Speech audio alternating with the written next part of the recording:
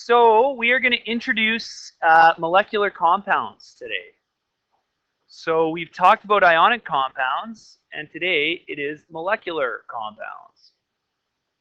So these are quite different than ionic compounds. So with an ionic compound, you had your metal donating its electron over to a nonmetal, okay, and then you had ions pairing up together into large, like, crystalline structures, right? And from our understanding of ionic compounds, we kind of get a good picture as to why they are like they are, why they behave the way they behave, right? You got your positive and negative all, building up into these regularly shaped, ionic crystals and so on in all directions.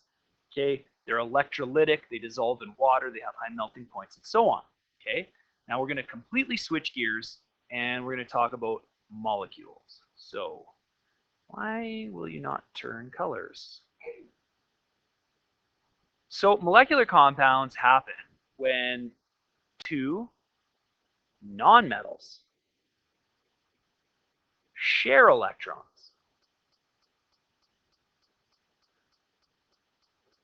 to fill their outer shells.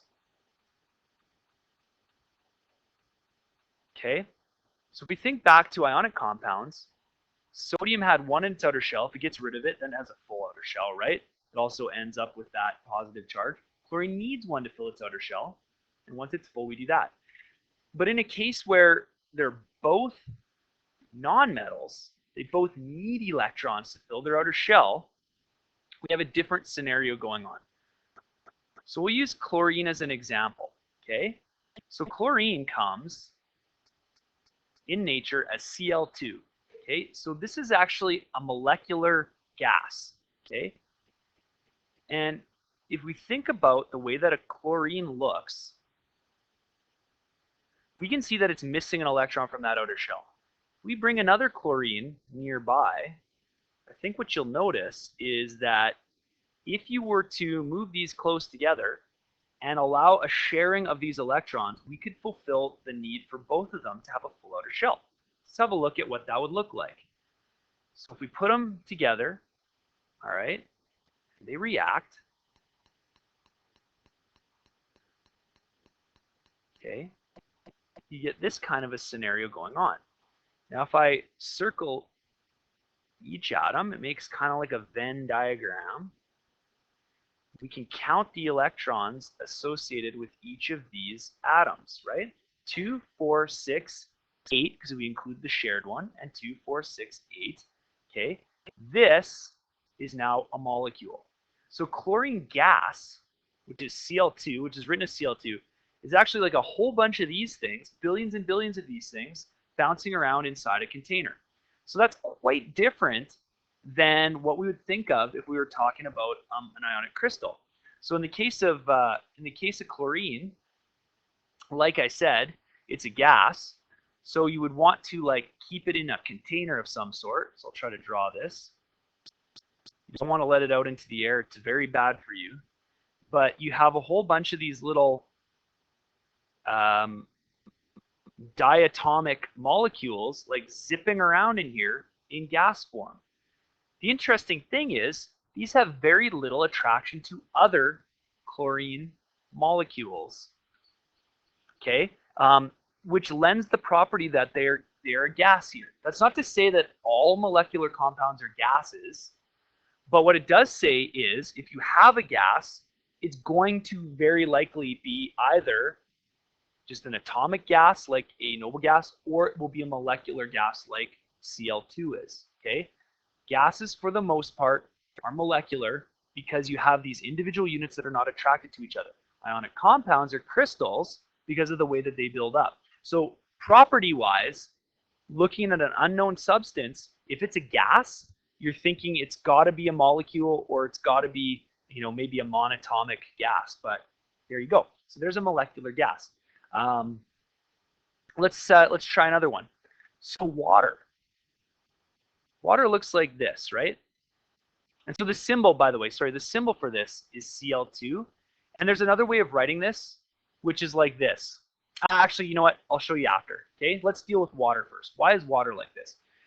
So in order to figure this out, we need to draw a hydrogen, which although it's in the alkali metal family is kind of its own thing. It's not really an alkali metal, but it has one outer shell electron like an alkali metal.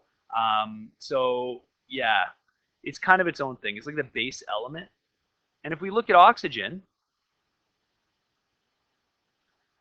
we see this. Okay, so oxygen is missing 2, so it's going to need 2 hydrogens to come share with, right? Come share with it. We don't actually get this arrangement, but you can imagine if we were to bring these in here like this. I'll draw it kind of in its more correct orientation. It's actually a little bit better to do it like this.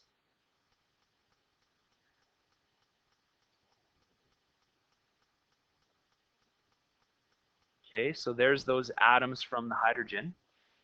If we go around oxygen, we include the hydrogen or electrons, the electrons that hydrogen brought, we get 2, 4, 6, 8 around oxygen. So it's happy. And you might say, but there's only 2 around hydrogen. And that's true, but remember that hydrogen is working in that first orbital, which can hold a maximum of 2. So once hydrogen has 2, it's now like helium, right? It's got the 2 electrons that it needs to have that first shell full. So it's happy. So there, we've made water by sharing electrons between these 2 nonmetals, okay? So let's talk about showing covalent bonds.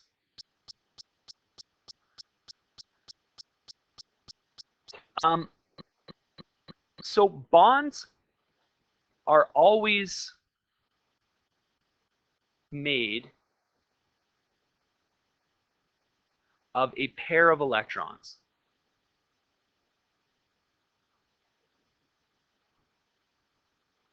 Okay?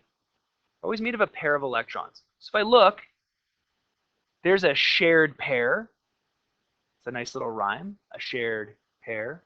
And there's a shared pair. And if I go up here to my other example, chlorine, we see a shared pair. And in fact, if I look around my Lewis structure, there's pairs of electrons all over the place. These are non-shared pairs, and these are a shared pair. So what we're going to do is we're going to learn a way to draw a molecular compound called a skeleton drawing or a skeleton formula.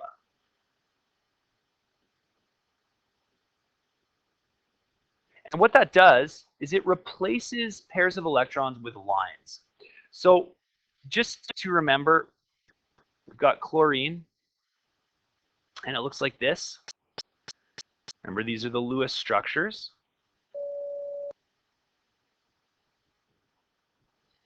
Oh, no, I don't know why that didn't turn green. Oh, well, whatever. Okay, the little X's are this chlorines, and the little dots are that chlorines. So this is like a Lewis workup, if you want, a Lewis workup of a molecule. Okay. So we usually draw like a Venn diagram just to show which electrons are associated with which. But the skeleton formula replaces those with this kind of a drawing. Okay, so there's your chlorine. There's that pair, and that pair. So the pairs are shown with a flat line. A shared pair is a line connecting the 2, and then we draw flat or horizontal lines around there. Okay, so this is called a skeleton formula. And it gives you information, but it's just easier to draw than drawing up the whole Lewis. Okay, so this is called the skeleton formula. So what I want you to do is I want you to draw the skeleton formula for water. Okay, so here's the chemical formula for water. We drew the Lewis formula for water, which I'll just quickly draw here. And you need to draw me the skeleton formula as quick as you can. All right, so what you should have for this skeleton formula is you should have your O, your 2 bonds going out to hydrogen, and then your flat lines showing those two unpaired electrons on each, or those two pairs of unpaired electrons. So it should look like that. Okay? So moving along, we're going to talk about double bonds now. Double bonds. Dot, dot, dot. And we're going to look at O2. Okay? So these are called single bonds because they're single pairs of electrons. If you are a betting man or woman, I think that the safe bet would be a double bond is probably going to be two pairs of shared electrons, right? And that's exactly what it is. So we know about O2, but if we think about the makeup of oxygen, we see that each oxygen requires two electrons to fill its shell. So how the heck are we going to do this? Well, we're going to share over two pairs of electrons, and this is what we'll end up with. So oxygen 1, we're going to set up like this, and like this, and like this, and like this. And we're going to bring in this other oxygen, like this and like this, like this and like this. And let's draw our Venn diagram. So we have that, and we have that. So inside here, 2, 4, 6, 8, 2, 4, 6, 8. Outer shells are happy. Skeleton formula now looks like this. O, double bond O, and then our unpaired electrons are like little hats. Okay, looks like someone wearing glasses.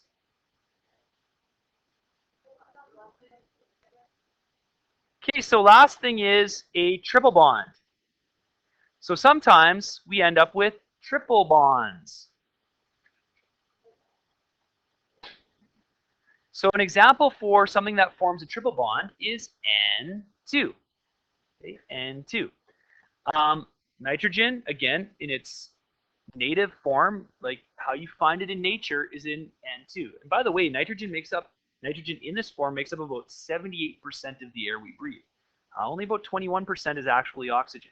It's inert, it doesn't react very much. And the reason it doesn't react very much is because it's got a very strong triple bond. So if we look at nitrogen, we know that it has 1, 2, 3, 4, 5 electrons around it. Okay, so in other words, it needs 3 to fill its outer shell. So bring another one nearby, and what you end up with is you end up with this.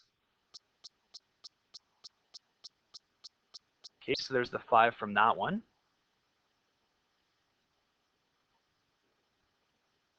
And the 5 from that one, 3, 4, 5. And they pair up in the middle. And we draw our little Venn diagram to show what's associated with what. And we are now sharing 3 pairs of electrons, and our skeleton formula looks like triple bond, unpaired, unpaired.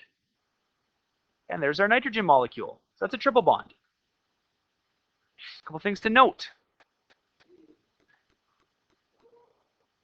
Triple bonds are the strongest and shortest covalent bonds, followed by double,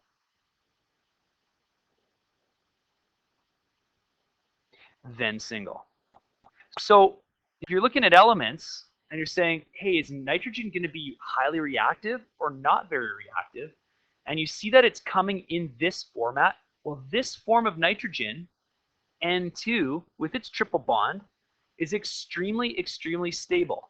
Yes, you can make it react, but it takes massive amounts of electricity. I think electricity in the Haber process. Not that you need to worry about that right now.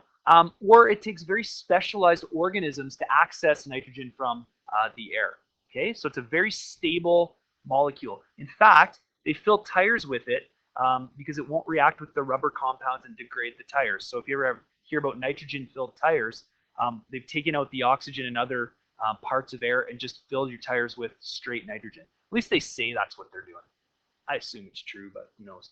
And what else can we say? The last thing I want to talk about is polyatomic ions. So sometimes you get a molecule that ends up with a charge. Okay? So for example,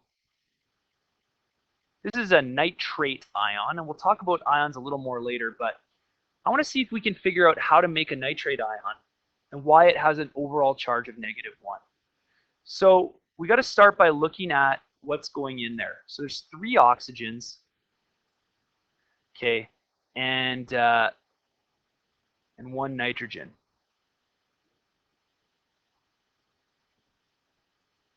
Okay, so if I think about it, nitrogen needs 3 electrons to fill its outer shell, right? Because it's got 5, and oxygen needs 2.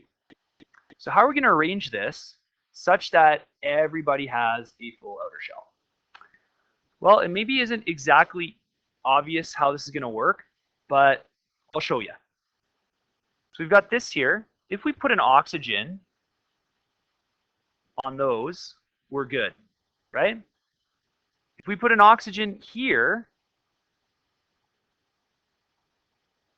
we're good. There's 4 from nitrogen. Okay, we'll finish this one off. I realize this isn't a great example, but I'll show you anyway.